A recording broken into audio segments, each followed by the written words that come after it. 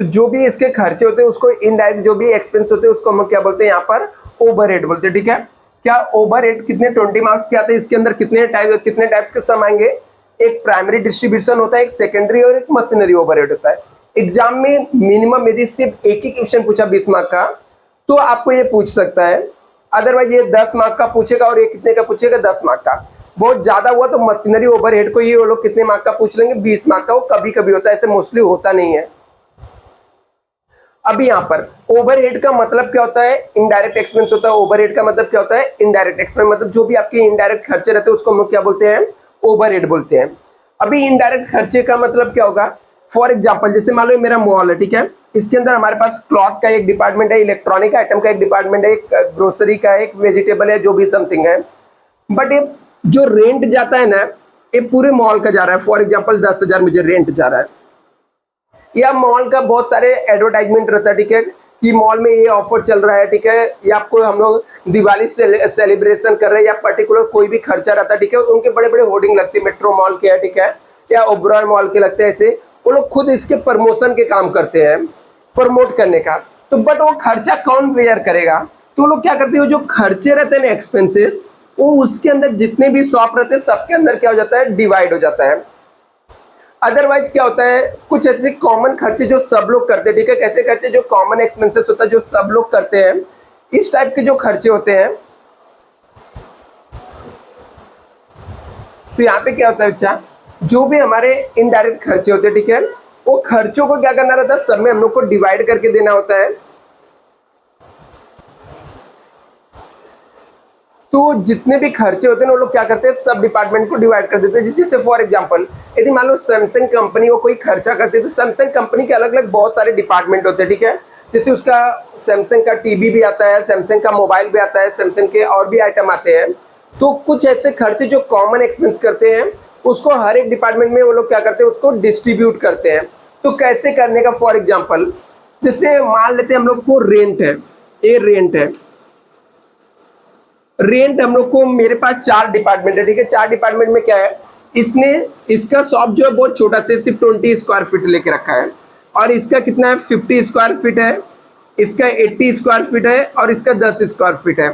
तो जो रेंट के खर्चे, फॉर एग्जाम्पल रेंट के जो खर्चे रहेंगे, ये कितना हो जाएगा टोटल, हाँ मान लेते टोटल खर्चा कितना है 160 रुपए, कितना है 160 रुपए मंथली रेंट आता है फॉर एग्जाम्पल, ठीक है, 160 रुपीज हम लोग को क्या आता है, रेंट आता है।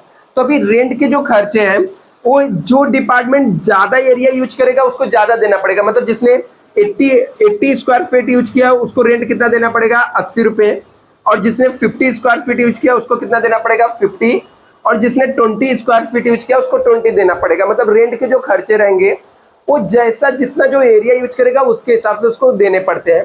ऐसे जो सेलिंग के खर्चे होते हैं, जो जितना ज्यादा प्रोडक्ट बेचेगा उसको जिसका जितना ज्यादा सेल होगा उसका उतना ज्यादा एडवर्टाइजमेंट के खर्चे होते हैं, ठीक है। ऐसा माना जाता है कि यदि एडवर्टाइजमेंट ज्यादा करेंगे तो प्रोडक्ट क्या होगा, ज्यादा बिकेगा, एडवर्टाइजमेंट कम करेंगे तो कम।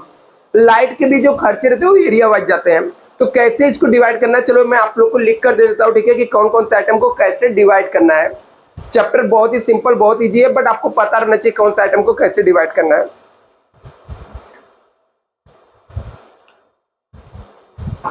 एक मिनट, सिर्फ इतना ही भेजिए।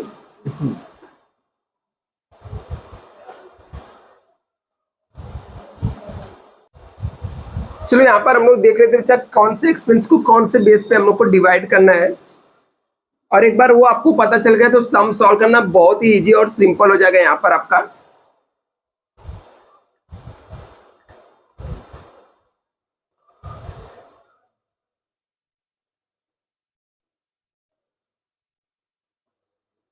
यहाँ पर मैं ओवरहेड के एक्सपेंसेस लिखता हूं और बेसिस ऑफ अपॉर्चनमेंट।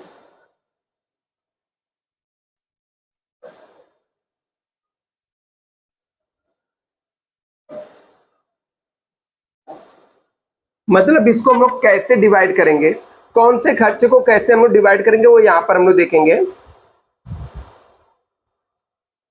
सबसे पहला हम लोग रेंट देख लेते हैं। तो जो रेंट रहेगा ये रेंट कौन से बेस पे जाएगा, एरिया वाइज, ठीक है।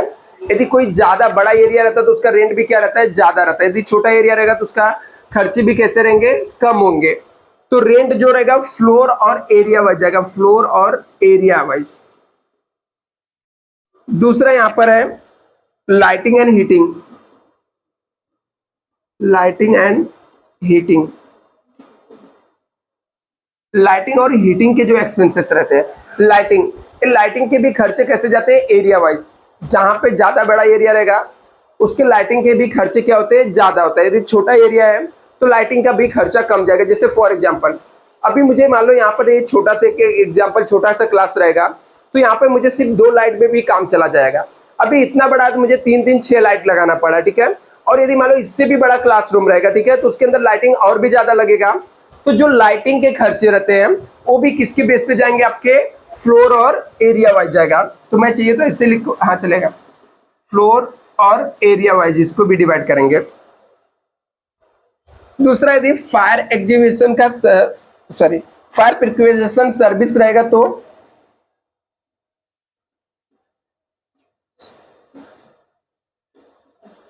फायर से रिलेटेड यदि हम लोग सर्विस दे रहे हैं, ठीक है, तो फायर की जो सर्विस रहेगा वो भी एरिया वाइज जाता है। जितना ज्यादा एरिया रहेगा उतना हम लोग को उसकी सेफ्टी के लिए अरेंजमेंट करके रखना पड़ेगा। तो ये सब जितने भी खर्चे हैं किसके किसके बेस पे जाएंगे, आपको फ्लोर और एरिया वाइज। और भी एक आइटम है एयर कंडीशन, एसी। एसी कैसे जाता है, ए भी फ्लोर और एरिया वाइज। मतलब इसके जितने भी ये सब, ये जो एक्सपेंस है आप इसको ऐसे कंसीडर कर लो, ये एक्सपेंस हमारे, और ये एक्सपेंसेस को हम लोग इसके बेस पे क्या करना है, डिवाइड करना, ठीक है। तो मतलब हमारे जितने भी खर्चे हैं वो सब के सब किसके बेस पे जाएंगे, फ्लोर और एरिया वाइज जाएंगे। एक खर्चे को हम लोग फ्लोर और एरिया में क्या करेंगे, डिवाइड कर देंगे। नेक्स्ट यहां पर दूसरा यहां पर लेबर के एक्सपेंसेस होंगे, लेबर वेलफेयर एक्सपेंसेस। जैसे लेबर के वेलफेयर के, लेबर के बेनिफिट के लिए जो हम लोग खर्चे करते हैं, लेबर को उसको हॉलीडे पे करते हैं हम लोग, या उसको और भी उसके सेफ्टी के लिए हम लोग अरेंजमेंट करते हैं, उनके खाने पीने के लिए कैंटीन का अरेंजमेंट हम लोग करते हैं। जो लेबर के, ठीक है, लेबर के किसके वेलफेयर के लिए जो एक्सपेंसेस करेंगे वो नंबर ऑफ वर्कर के ऊपर जाएगा। किसके बेस पे जाएगा, नंबर ऑफ वर्कर। मतलब ये आपका एक्सपेंसेस है, ये हमारे नंबर ऑफ वर्कर है, ठीक है, कि कौन से बेसिस पे हम लोग डिवाइड कर रहे हैं। तो जितने ज्यादा वर्कर रहेंगे उतने ज्यादा हमारे क्या हो जाएंगे, एक्सपेंस हो जाएंगे। दूसरा यहां पर आ जाएगा आपका प्रिक्विजिट हो जाएगा। प्रिक्विजिट मींस क्या होता है, कोई ऐसे बॉस ने अपने एम्प्लॉय के लिए क्या किया, कोई सर्विस प्रोवाइड किया, ठीक है, कुछ स्पेशल बेनिफिट उसको दे रहा है, तो उसको हम लोग क्या बोलते हैं, प्रिक्विजिट बोलते हैं। तो जो प्रिक्विजिट रहेगा वो भी कौन से बेस पे जाएगा, नंबर ऑफ वर्कर के बेस पे जाएगा, नंबर ऑफ वर्कर के बेस पे जाएगा। ये समझ में आ रहा है क्या तुम लोग को, कौन से आइटम को कौन से बेस पे जाएगा वो आपको पता रहना चाहिए, ठीक है। Third, supervision. सुपरविजन मतलब सुपरवाइजर, यदि कोई, वो सुपरवाइजर कैसे होता है, वो भी नंबर ऑफ वर्कर पे लगता है। यदि 5 वर्कर पे एक सुपरवाइजर है तो 10 वर्कर पे कितने सुपरवाइजर लगेंगे, 2 लगेंगे। 15 पे कितने लगेंगे, 3 लगेंगे। मतलब जितने नंबर ऑफ वर्कर रहेंगे उतने ज्यादा आपके क्या लगेंगे, सुपरवाइजर लगेंगे। तो ये भी कैसे जाएगा, नंबर ऑफ सुपरविजन के बेस पे जाएगा, नंबर ऑफ वर्कर के बेस पे।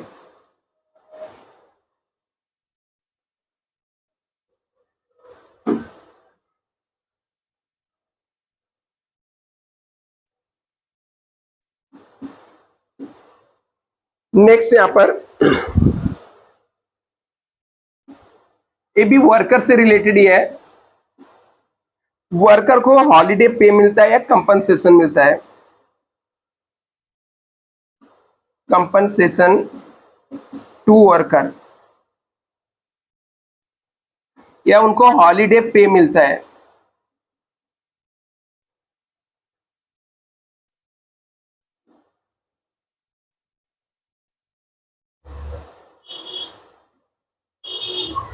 या ESI and PF contribution.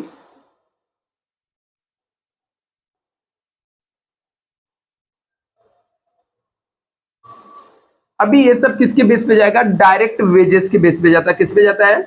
Direct wages के बेस पे जाएगा। क्यों जाएगा वो भी बताता हूं मैं आप लोग को।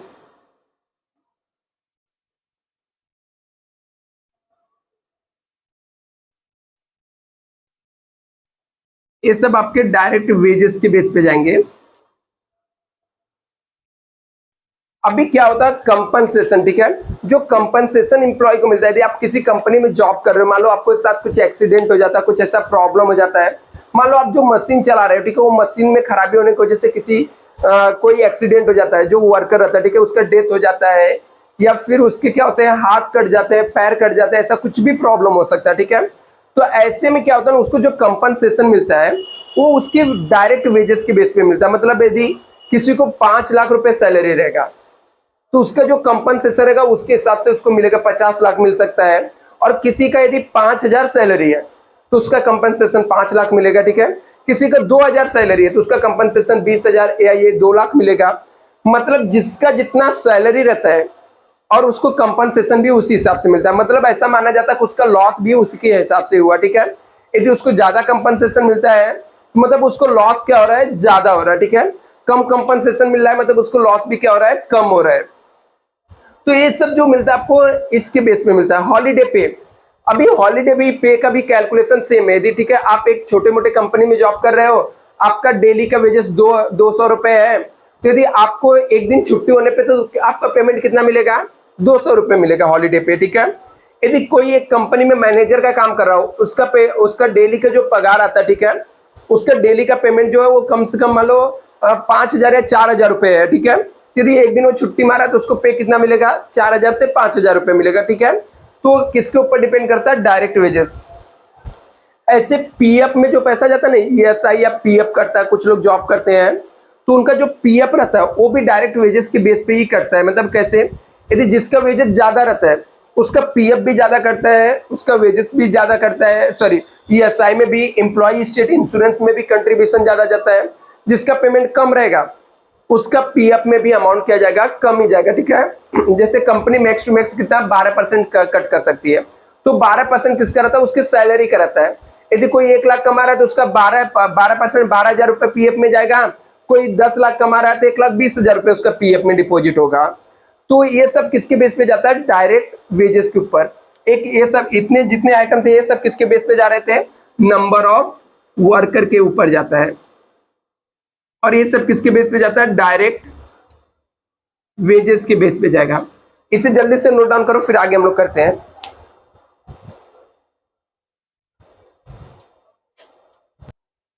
इसको मैं रैप करता हूं, आगे नेक्स्ट देखते हैं कौन कौन से आइटम को कौन से बेस पे डिवाइड करेंगे।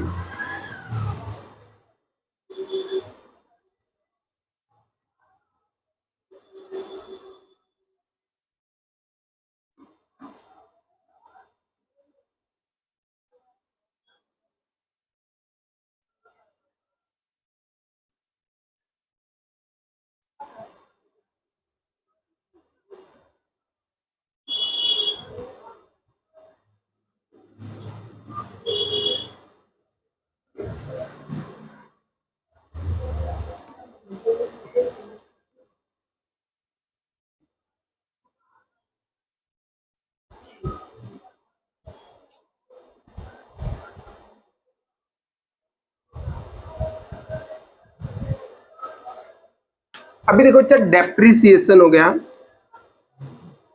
डेप्रिसिएशन, अभी आप लोग खुद बताओ अच्छा, डेप्रिसिएशन कौन से बेस पे डिवाइड करेंगे? ये मान लो एक्सपेंसेस है और ये हम लोग को अपोर्शन करना, मतलब बांटना है, अपोर्शनमेंट बेसिस। कौन से बेसिस पे डिवाइड करेंगे? यदि डेप्रिसिएशन है, ठीक है, डेप्रिसिएशन कोई असेट्स का डेप्रिसिएशन होता है। चलिए तो मैं लिख देता हूं, डेप्रिसिएशन असेट्स मतलब असेट्स का वैल्यू कम हो रहा है, तो कौन से बेस पे कम होगा? उसके वैल्यू के ऊपर होगा। किसके ऊपर होगा? उसके वैल्यू के ऊपर जाएगा। मतलब जिस असेट्स का वैल्यू ज्यादा रहेगा उसका डेप्रिसिएशन भी क्या होगा? ज्यादा होगा। जिसका वैल्यू कम रहेगा उसका डेप्रिसिएशन भी क्या होगा? कम होगा, ठीक है। तो ये किसके ऊपर जाएगा? वैल्यू ऑफ असेट्स के बेस पे हम लोग डिवाइड करेंगे। वैल्यू ऑफ असेट्स के बेस पे जाएगा। अभी मान लो ये तो डेप्रिसिएशन हो गया। यदि हम लोग रिपेयर कर रहे हैं, रिपेयर एंड मेंटेनेंस, यदि हम लोग रिपेयर और मेंटेनेंस करने जा रहे हैं तो ये भी किसके ऊपर जाएगा? वैल्यू ऑफ एसिड्स के ऊपर जाएगा। मतलब यदि आप मोटरसाइकिल का, ठीक है, मोटरसाइकिल का रिपेयर करने जाओगे तो उसका कॉस्ट सिंपल से क्या रहेगा, कम ही रहेगा। यदि आप किसका रिपेयर करने जा रहे हो, ट्रक का रिपेयर कराने जा रहे हो, तो ट्रक का कॉस्ट क्या रहेगा, ज्यादा रहेगा, ठीक है। तो जो रिपेयर के खर्चे रहते हैं वो भी इसके ऊपर जाते हैं, वैल्यू ऑफ एसिड्स के बेस पे जाते हैं।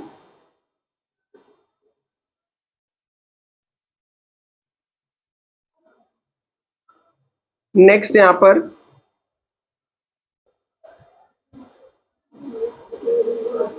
इंश्योरेंस। अभी देखो इंश्योरेंस किसका हो सकता है, स्टॉक का भी हो सकता है और किसी एसेट्स का हो सकता है। यदि स्टॉक का रहेगा तो वैल्यू ऑफ स्टॉक पे जाएगा, यदि एसेट्स का रहेगा तो किसके ऊपर जाएगा, वैल्यू ऑफ एसेट्स का। मतलब जिसका जितना ज्यादा वैल्यू रहेगा उसका इंश्योरेंस का कॉस्ट भी उसके बेस पे जाता है, ठीक है। ज्यादा महंगी सामान रहेगी तो उसका इंश्योरेंस का कॉस्ट भी ज्यादा रहेगा, और कम रहेगी तो कम रहेगा। इसके अलावा लाइटिंग के एक्सपेंसेस, लाइटिंग एक्सपेंसेस। अभी ये लाइटिंग एक्सपेंस जो था ऊपर भी हम लोगों ने देखा था कि एरिया वाइज डिवाइड करते हैं। कैसे हम लोग डिवाइड करते हैं, एरिया वाइज हम लोग क्या करते हैं, इसको डिवाइड करते हैं। लेकिन यहाँ पर लाइटिंग के एक्सपेंसेस यदि आपको सब में स्पेसिफिक दिया रहेगा कि नंबर ऑफ लाइट पॉइंट दिया रहेगा, क्या दिया रहेगा, नंबर ऑफ लाइट पॉइंट, तो कैसे डिवाइड करने का, नंबर ऑफ लाइट पॉइंट के बेस पे डिवाइड करने का, नंबर ऑफ लाइट पॉइंट। तो आपको नंबर ऑफ लाइट पॉइंट के बेस पे आपको लाइटिंग के एक्सपेंस को क्या कर देना है, डिवाइड कर देना है।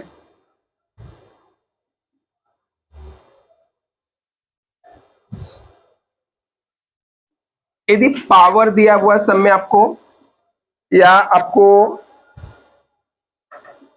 इलेक्ट्रिक पावर दिया हुआ है,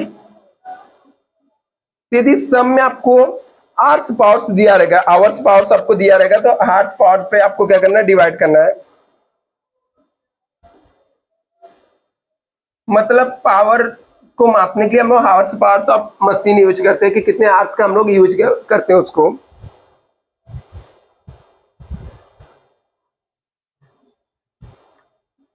यदि कोई मटेरियल को हम लोग हैंडल कर रहे हैं, उठा के लेके जा रहे हैं, ला रहे हैं, मटेरियल हैंडिंग या स्टोर ओवरहेड, स्टोर के कोई खर्चे हैं,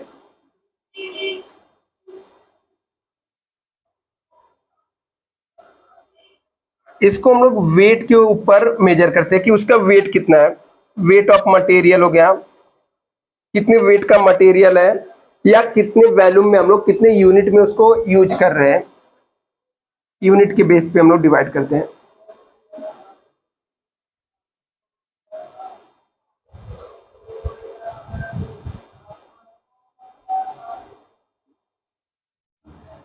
और कोई जनरल ओवरहेड है, जनरल मतलब कोई जनरल एक्सपेंसेस या जनरल ओवरहेड है,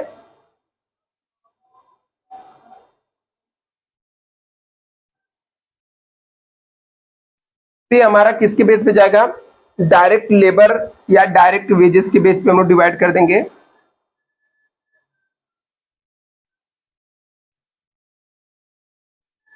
अभी इतना जल्दी से आप लोग इसे कॉपी कर लो, फिर हम लोग इसके प्रैक्टिकल सम सॉल्व करते हैं। समझ जाओ, आपको इतना याद है और इतना आपको समझ में आता है तो 20 मार्क के सम आपको कहीं पे भी नहीं गया, और 10 मार्क का सम तो गारंटेड आपको इसमें से, इस चैप्टर से आएगा, सीबीएस के बेसिस पे। इसका मुझे फटाक से फोटो भेज दो, इसके बाद हम लोग सम सॉल्व करते हैं। चाहिए तो आप लोग साथ में लिखते जाए अभी कर, जो मैं लिखाते रहता हूँ उसी टाइम। अभी सम देखो, मैंने आप लोगों को एक क्रैश कोर्स का नोट्स भेजा हूं, ठीक है, उसमें ओवरहेड के चैप्टर में जाओ।